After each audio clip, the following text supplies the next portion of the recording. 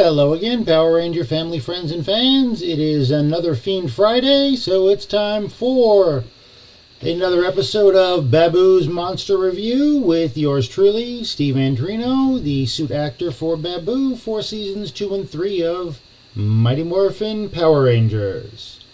We are up to the second and concluding part of Doomsday, what was supposed to be the final episode of Season 1 of Power Rangers. In the last episode, Rita brought her palace down to the earth, which made her stronger, which made her able to summon Cyclopsus, an evil Zord that is piloted by Goldar and seems to be kicking the Power Rangers' butts a little bit on what Angel Grove declared as Power Ranger Day. And Rita actually basically kidnapped everybody from Angel Grove except the Power Rangers to put them in her evil dimension. We don't see the evil dimension with anybody else in it. We just see them all disappearing from Angel Grove. But now we are up to what are the Rangers gonna do about it? Titanus has been taken care of, I guess is the way to put it. I want to say destroyed, but we've seen the Zords destroyed before and then came back. So let's see where we're going to pick up with Doomsday and how the Rangers are going to stop Rita this time. Because, well, unfortunately, we know they do.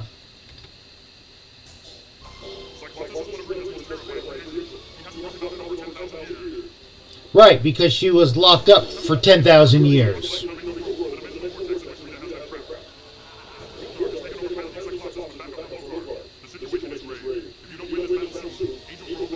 Grave danger? Is there any other kind? Sorry, had to do the Few Good Men. Okay. So the Zords need 12 hours to charge up because they've been drained of power.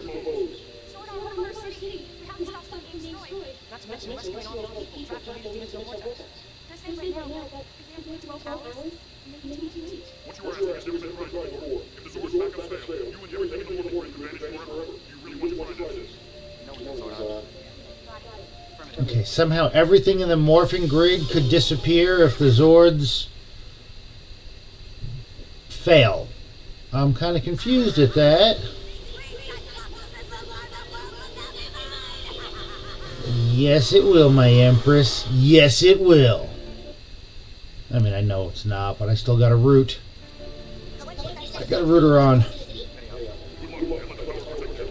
Okay, so they're morphing there as Power Rangers with access to no Zords whatsoever. Oh, but wait, they are going to use them at half power. Okay. We already got our butts kicked by this guy at full power, so let's take care of him at half power. And once again, Megazord goes flying through the air, and we are not doing this at fast speed. We are doing this at regular speed. Let's back up a little. There we go. And nice wire work. Nice swords, and let's see what happens here. First time we've ever seen anything like this. And Megazord loses an arm. Down goes Megazord. So if the backups fail, we could lose everything in the morphing grid, including the Rangers. Yeah, all you gotta do is stab down and that's it. Alright, so that should have been basically whatever power you had left. And down you go again. Shields are down. I never knew we had shields before, but okay.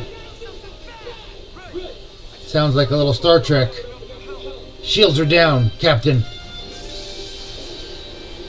Alright, so let's bring on Dragon Zord because, why not? We've got the green dagger.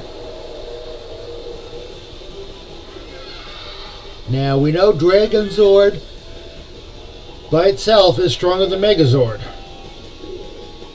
tail whip. Nope, we're just going to cut off the tail now, too.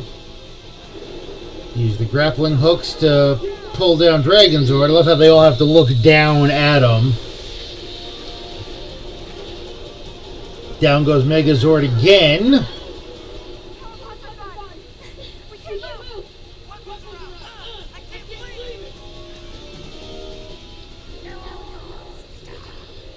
And Lokar speaks.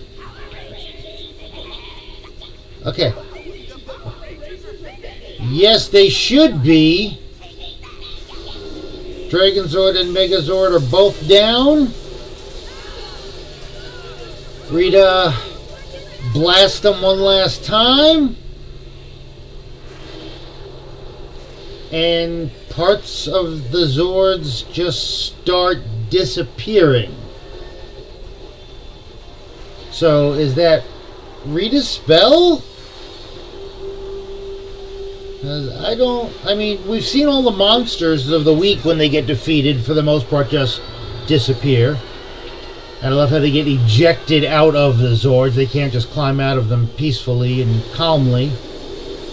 And they're back in Angel Grove as their high school teenage selves. With nobody else around because they've all been kidnapped by Rita. And you can't get through. Yes, she is. Or it could just be the fact that you lost contact with the morphing grid because you tried using the Zords at half power and it failed. Zordon warned you about that. But somehow just changing the frequency is going to fix things. Okay, so the Zords are safe because now they dissolve, disappear, teleport back to their charging places.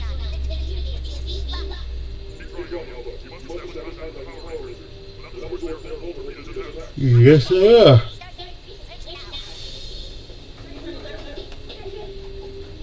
Okay, now Billy's going to fix the communicators he basically worked on in the first place, which, okay, I'll give him that. He helped make the communicators in the first place, so he should know how to fix them. Oh, so serious, Jason. This could be the end of the Power Rangers.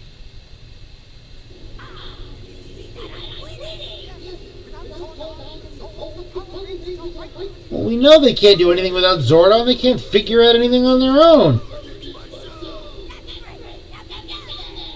Okay, which is fine.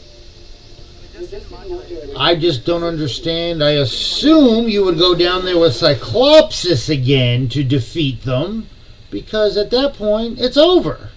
But no, you and two putties. Now, granted, they can't morph into the Rangers, but you've done this once before, Goldar, where you did too much monologuing instead of attacking and killing Red Ranger when he was in the Dark Dimension. That couldn't possibly happen again, Goldar. So go ahead and fight him. There you go. Go ahead, attack. You've got the sword. Go for it. Oh, let me knock some stuff off the table to look strong. That was silly, Goldar. You blew your chance. You could have taken out Red Ranger with one shot with that sword. And even if the rest of them were able to get back to the command center, if that was just enough time, it would have been over. Okay, wait a minute. Just because Rita's closer to is on Earth now instead of the moon, we're able to hack her computers, which we've actually never seen her use any type of computer at all. That somehow that has a list of all her spells in case she forgets them.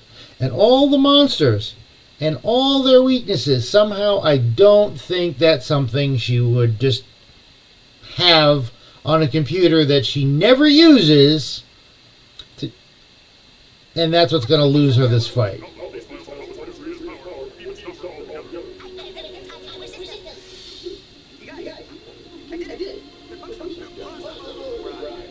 Yeah, you had your chance, Goldar. You blew it again.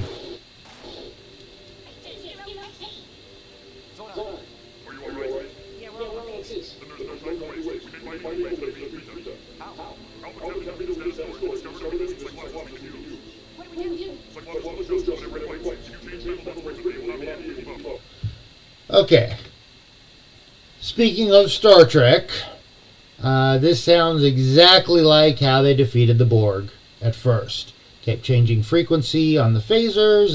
It didn't give them time to adapt, to change. But as supercomputerized humanoid hybrids, that didn't work for long. But I mean, this is absolutely directly a pull from that. We're going to change up how we fight, and then when it adjusts, we're going to change something else, and then it's going to adjust, and we're going to change something else again. Not that they have that many battle modes anyway, and let's be honest, you just fought them once with Megazord and Dragonzord, and individually that didn't work, so why would combining and then changing to something else and then changing to something else work?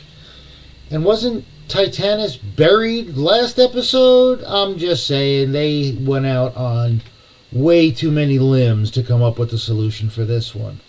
Although, keep in mind, this was supposed to be the season finale. All of a sudden, this reverse footage, Titanus is back up, and before it took the Zords 12 hours to charge up, now in the span of, a few minutes, they're fully charged. Because they were defeated, they come back charged? That doesn't make sense either. Should have taken even longer to charge them up, because they shouldn't have been at half power. They should have been at 0 power.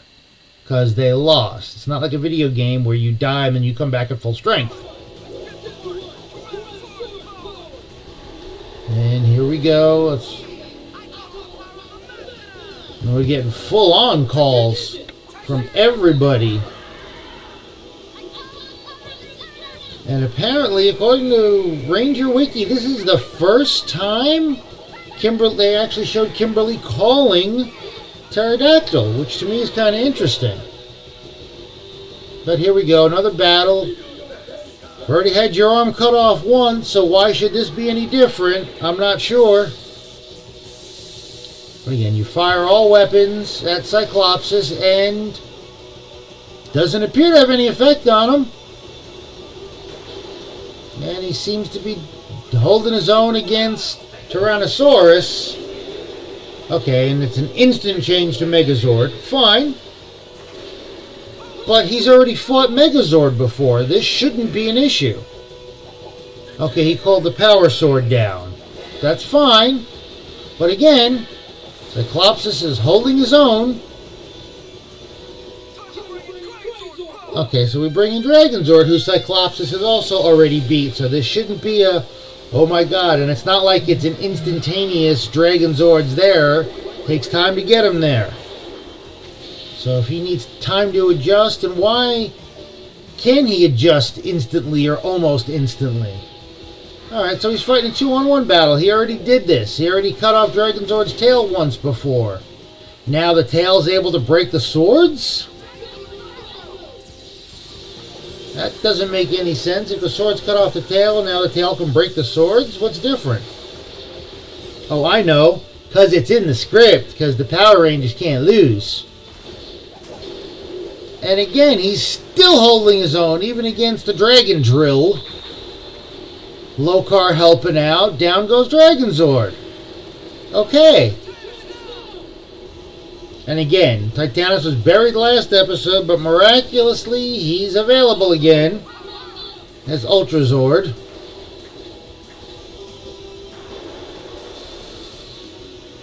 Okay, here we go. Don't tell me don't tell me that Cyclopsus couldn't take on Ultrazord either. Especially with Lokar there. Lokar just needed to do the breath thing again. Too many change. Come on. That is weak at best, guys. I mean, this was not part of the new rushed episode. This was planned to be the season finale. Could have did a little better job coming up with the storyline for this footage. I mean, just say that after they were defeated, I've decided to overcharge them. It's dangerous, but it's the only way to win. And we need to discharge all that overcharged power all at once. You know, something along those lines would have worked. I mean, yes, I do. Well, Finster was right. This time it was. I don't know why they used her happy scream footage, but okay. But Goldar was right. Let's get out of here. Let's live to fight another day. And then again, just Rita leaving means everybody comes back from the dimension she held them in. And I love the kiss the ground from Bulk and Skull, and I also love the that's my cape. I'm betting that was not in the original script, and that was an ad-lib by Jason Narvi. That was just too funny. They might have edited it in after he did it once and said, yeah, let's do it again if it took more than one take. But I'd be willing to bet money that was all Jason. I mean, Skull, but the actor. And there's Trini's cousin. And, of course, we know who that is. His first appearance after he lost and gave up his Green Ranger powers. So they're all happy to see him. Of course, should have been pink last with the big hug for him or whatever. But, oh, no, that would give away who they are. The fact that they were trapped in this other dimension for we don't know how long. And everybody in Angel Grove was there except for Jason, Trini, Zach, Billy, and Kimberly. No one would ever suspect that they were the Power Rangers since they're the only ones that didn't get captured.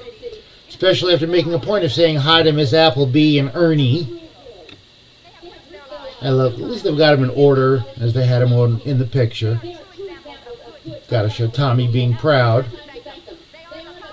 So does everybody else know that they had Green Ranger as a bad guy for a while, but then he was a good guy helping them? I mean, the news seems to have all this info on them. So are they wondering, didn't you guys have a 6th Ranger for a little while? Where did that one go? And that's the end. Or is it? Usually you do the stop motion, midair, jump. That's the end of it.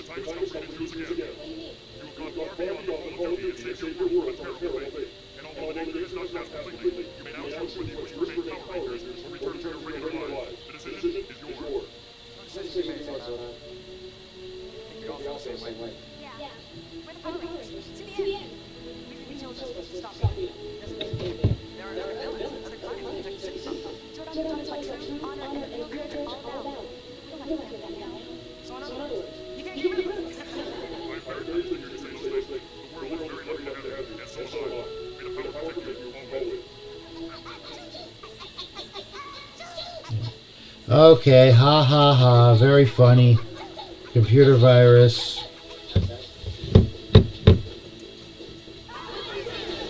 And then we got to do the jump one more time. Alright, back to it. So, again, the original end of the episode, the end of the season. And they used footage from all of the Zyu Ranger episodes. So they're done. We're ready to go to season 2. Now, I don't know when they ended filming for this episode. But what I do know is that just as they're wrapping up filming on the season is when Fox Network called and said they needed 10 more episodes. So they had to contact Toei to get them to shoot more footage so they could have more footage for the rest of season 1 and season 2. So Toei had to do another season of Zyu Ranger, which wasn't necessarily the plan, but they did that. I do know this episode aired according to IMDb. This episode aired November 30th. So, and again, 40 episodes. It was supposed to be 8 weeks, but they stretched it out towards the end because it was so popular. They were showing reruns. Because realistically, it should have been 8 weeks. Should have been, it debuted August, so let's call September. October, it should have been done. By Halloween, they should have been done with it, but they stretched it out. Now they had to write new episodes, wait for Toei's footage, they get their footage, they start filming the new 10 episodes, and then Fox calls back and says, oh no, we don't want 10, we want 20, which they already had Toei doing the footage. But next episode did not air until February 7th. So, remember, they basically had a little over a 2-month gap in between airings of episode 40 and 41. I don't know again what the gap was in the filming, but it's got to be something pretty close to that, because it takes time to film the episodes. The way it worked when I joined in season 2 was they would normally film 5 episodes at a time on set, and then they would go out and do the 1 or 2 days or 3 days, whatever they needed of on-location shooting, whether that was in the park, whether that was in Bronson Caves or some other location. But for the regular episodes, for the Rangers, it was 5 episodes a week. As a bad guy, and since Baboo wasn't obviously in every scene like that, there's a lot of stock footage they would just redub over anyway, even though it was American footage. We actually knocked out, I worked 2 to 3 days a month, and that would knock out 5 episodes. So they're doing 5 a week. I was doing 5 a month, and that was done basically in 2 or 3 days for the most part. But there we have it. Again, I'm not thrilled looking back at it with the way it was written. And again, I understand Rangers are the good guys. We know they're going to win. I just think they cheaped out with let's bring Titanus back, even though it looks like he was buried, because they already did that once with the Zords. And again, there might have been a better way to write that. But by the same token, as I've said before, one of the things I enjoyed about being on Mighty Morphin was because it was so new. There were no rules, and we did a lot of things just to see how it would look on camera. So that gave us some freedom to do things, you know. As I said, in later seasons, things became much more formulaic, for better or for worse. So take the good with the bad. The script writing wasn't necessarily the best. It wasn't the most consistent. But all in all, it was for the most fun. I mean, they wanted the kids to enjoy it. They wanted them to learn a lesson if they could. You know, they started off with some. They kind of slacked off a little bit on it. Picked up at the end, especially by letting the Rangers have the opportunity to continue as Rangers, which is a nice touch. But again, now we got to throw in, 20 more episodes. So we'll see where it goes from here. And this was Tommy's first appearance after losing his powers, so we hadn't seen Green Ranger for a while. He comes back as Tommy, and let's see what's in store for the last third of Season 1. Thanks again for tuning in on this Fiend Friday. As always, I am Steve Andrino, aka Baboo. Thank you again for your likes and your subscriptions and your comments, because as you know, monsters need love too.